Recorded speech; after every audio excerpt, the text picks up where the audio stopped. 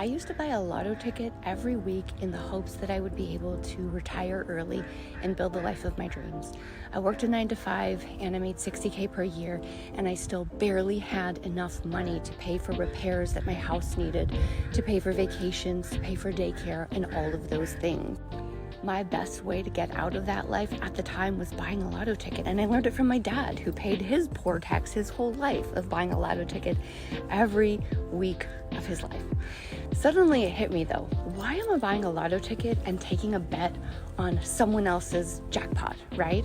And I decided to take a bet on myself. I bet on myself in 2011, and I started a business that at that time wasn't that successful. It never took off in the way that I wanted. But I tried again in 2017. I took another bet on myself, and it turned out 1,000,000 times better than I could have ever imagined. So the point of this video is take a bet on yourself.